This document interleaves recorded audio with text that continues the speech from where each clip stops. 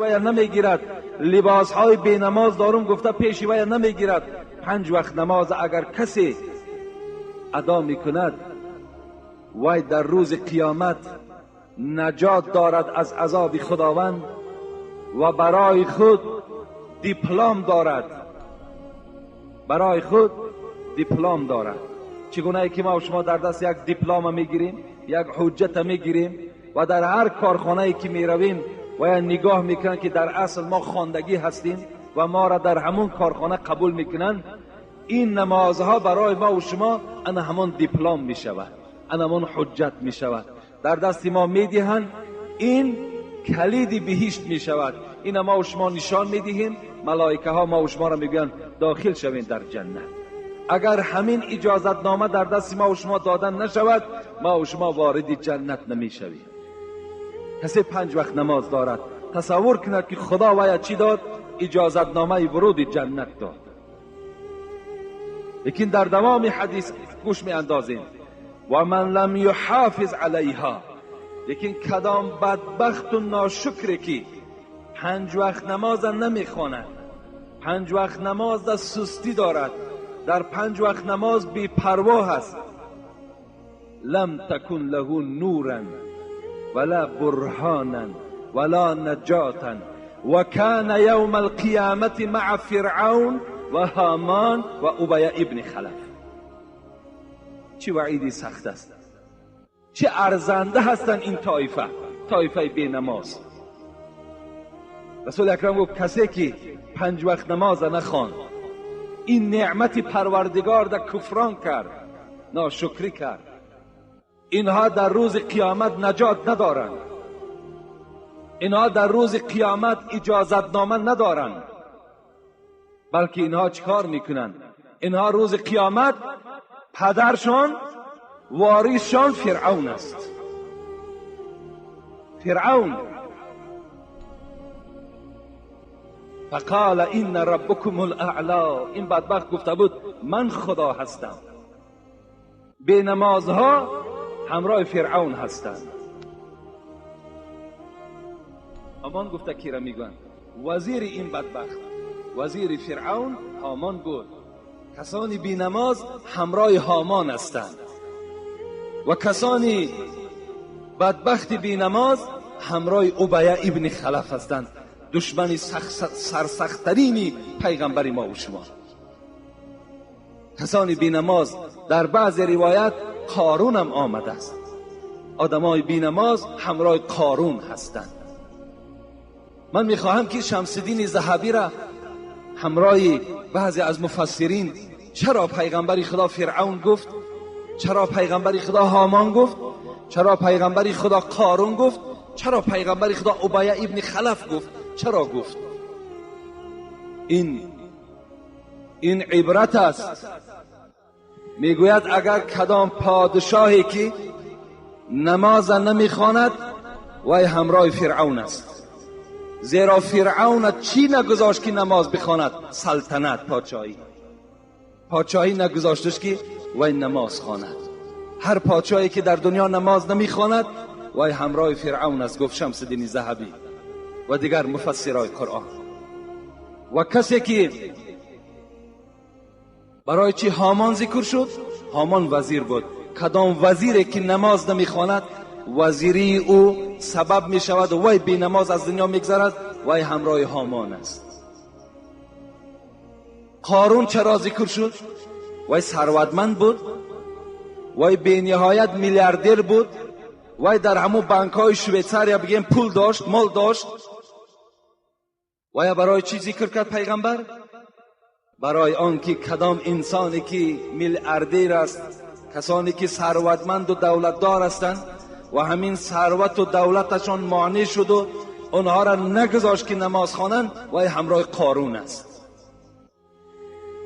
ابی ابن خلف چرا ذکر شد؟ این بدبخت ناکس، این خدازده در دوره های پیغمبر خدا روپروی پیغمبر آمدن و گفتن ای محمد، گفتن صلی الله علیه و سلم، من گفتن یک اسبی را تربیه دارم، یک اسبی را فربه کرده ایستاده هم. برای چی گفت محمد؟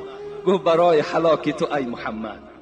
من بالای این اسب سوار میشوم، هجوم بالای تو میکنم ای محمد و تو را نابود میکنم. این اسب در خانه بهر این من تربیه دارم. این کس نمیداند که محمد بی صاحب نبود. این بدبخت نمیدانست که محمد چنان پشتیبانی داشت که دنیا را در یک میجه زدن نابود میکرد. محمد این گونه صاحب داشت. مدعی خواست، سعدی میگوید مدعی خواست که از بیخ کند ریشه ما، غافل از آن که خدا هست در اندیشه ما. مدعی میخواهد، امریکا میخواهد، انگلیا میخواهد، ژاپن میخواهد که مسلمان ریشه کن کنه، لیکن مسلمان صاحب دارد، خدا دارد، خدا پشتیبانش میشود. انشاءالله اینا ریشه کن میشوند. اینا هیچ وقت غالب بالای ما و شما نمیآیند. وقتی که خدا خود میگه این نحن نزلنا الذکر و این له لحافظون، همه شما بی پروا باشین. ای امت تاجیکستان، ای مردم تمام مسلمان بی پروا باشین که من خود قرآن فراوردم، من خود قرآن روان کردم، من محافظه قرآن هستم. اینا کسی تا قیامت نابود کردن نمیتونه، کسی نمیتونه. محمد اقبال میگوید از فنا این قوم بی پرواستی.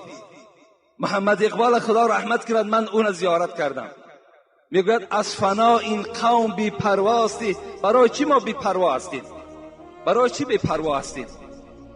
از فنا این قوم بی پرواستی، استوار از نحن نزلناستی. ما استوار به همین آیتیم، این نحن نزلنا ذکر و این له لحافظون. ما استوار به همین آیت هستیم که خدا خود وعده میکند که ما پشتیبان مسلمان هستیم، ما پشتیبان قرآن هستیم، ما تکیه به همین آیت داریم.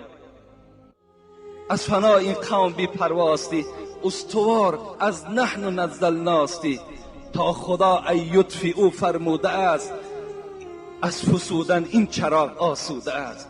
خدا میگوید تا وقتی که من خود این چراغ پوف نکنم، این چراغ تا زمانی که من خود خاموش نکنم، اینا هیچ کس خاموش کردن نمیتونه. این چراغی هست که هر روز چراغ احمدی را حق بافروخت، کسی پوف کرد ریشی خیش را سوخت. کسی را پوف میکند و خود میسوزد. هیچگاه قرآن نمیسوزد، اسلام نمیسوزد، اسلام شکست نمیخورد.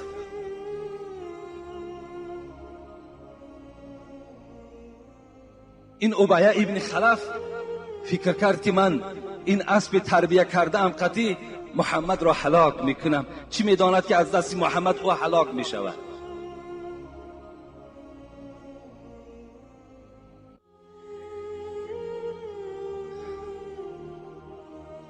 ای بریده،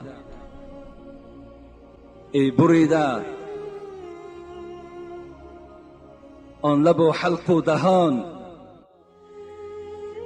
به این دشمنان اسلام رومی مراجعت میکند. ای بریده آن لب و حلق و دهان، کی کند توف سوی مه یا آسمان. توف برویش باز گردد بیشکی، توف سوی گردون نیابد مسلکی. این توفی که اونها دارن، این هجومهایی که اونها دارن، اینها میگوید به سر خود ایشان می آید. اینا در آسمان هیچگاه جای نمیابند که اونها استوار شوند. جنگ احد بود، این بدبخت در همون اسب سواره خود سوار شد. از اون جانب محمد بود صلی الله علیه و سلم، از این جانب این مشرکان عرب با همراهی ابو سفیان که این جنگ را بیشتری پول از جانب ابو سفیان شد برای طرفداری مشرکان. از اون جانب حرکت کرد ابی ابن خلف با اسب خود. صحابه پیغمبر گفتند که رسول اکرم اون ناکس هم با تو میخواهد هجوم کند. رسول اکرم گفتند بگذار پیش بیاید، بگذار پیش بیاید. ابی ابن خلف نزدیک آمد. رسول اکرم یک نیزه را برداشتند و جانب این دشمن سرسخت حواله دادند. این نیزه آمد، راویا میگویند در گردن ابی ابن خلف زد.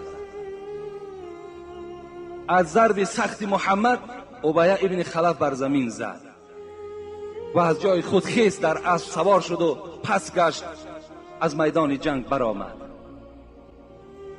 ابو سفیان خنده کرد، گفته اوبیا ابن خلف، در گردن تو اونقدر جراحی و ازبینی نیست که تو مثل گاو فریاد زده ایستاده ای.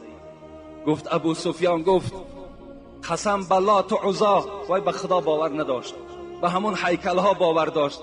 گفت قسم به همون لات و عزا که تو میدانی که این ضربه کی است؟ این ضربه محمد است، این ضربه آدم عادی نیست، این ضربه محمد است. گفت و گفت به خدا قسم، گفت به همون لات و عزا قسم که اگر این درد که در گردن من است اگر در مردم حجاز تقسیم کنی همش هلاک می شود.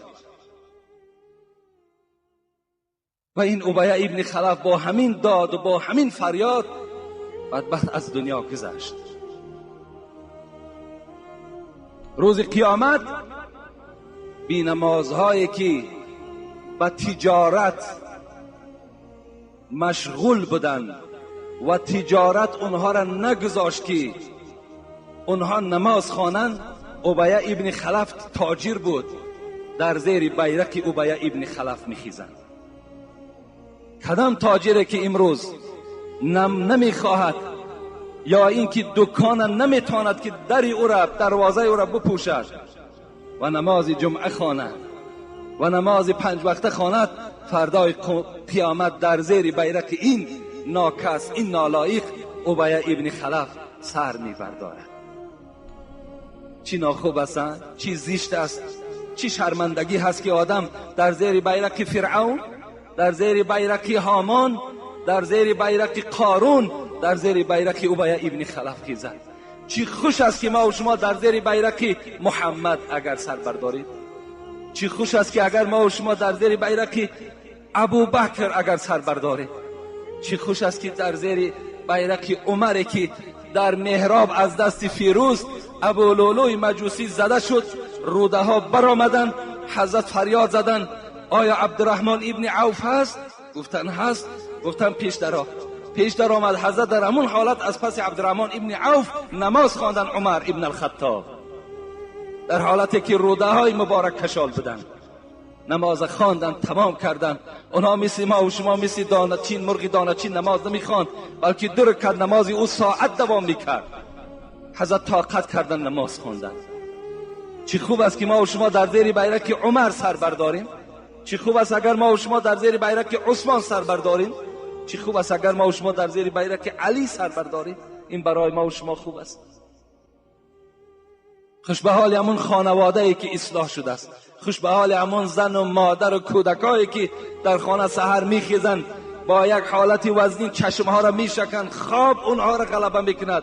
لیکن ایمان، لیکن این مردی بزرگی که در خانه سرفرمانده خاندان است، اونها را بیدار میکند و جای نمازها پرتافتگی نماز میخواند. خوش به حال اون خاندان. اون خاندان چه مبارک خانه است. رسول اکرم میگوید لا سهم فی الاسلام لمن لا صلاة له. بی قدرترین، بی حیاترین، شرمنده ترین انسان در روی دنیا نفری هست که نماز ندارد. در بین تمام ملت، در بین این 7 میلیارد آدمی که در دنیا زندگی میکند، رسول اکرم گفتن لا سهم گفتن قدر قیمت میگن. قیمت ندارد شخصی که نماز نداشته باشد، بی آبرو هست، شرمنده هست. یک شیخ خواستن که سفری کنند و سفر او با طریق راه بحر بود. آمدن نزد ساحل و کشتی منتظر بود حضرت در کشتی نشستند. وقتی که کشتیبان کشتی را حرکت دادند، در بین ساحل رسیدند، این شیخ به همین بحر نگاه کرد که حیوانهای آبی یکدیگر را میخورند. حتی نگاه کرد که ماهی را میخورد. شیخ در حیرت افتاد، این چی معامله باشد که حیوان میخورد؟ این بار اول میبینم که ماهی را میخورد. کشتیبان فریاد زد، گفته دوست خدا این چی معامله هست که امروز من میبینم؟ گفتن ای شیخ، گفتن این 10 سال شد که من در این ساحل، در این دریا مهنت میکنم، کشتی خودم میرانم، این احوال را مشاهده میکنم که حیوانهای دریا یکدیگر را میخورند، حتی ماهی‌ها را میخورند. شیخ در حیرت افتادند و در حال برای سیر این آشکار کردن جای نماز پرتافتند و سوی پروردگار خود مناجات کردند، خدایا از سیر این ما را خبر بده. این چه احوال شد؟ این دهشت است، گفت این مصیبت است. مناجات آمد. ای دوست خدا، گفت باره در این کنار بحر یک شخص بینماز خواست که از این آب بحر بنوشد. فکر کرد که این آب شیرین است. وقتی میگوید در دهان خود یک مشت آب گرفت و انداخت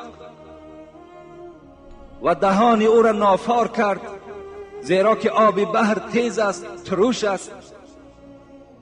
در حال میگوید همون آب پس گردانید در بحر پرتافت. از زمانی که آب این دهان بینماز در این بحر پرتافته شد، این مصیبت در بحر فرا گرفت. از یک آب دهان بینماز امروز در این داخل بحر مصیبت است.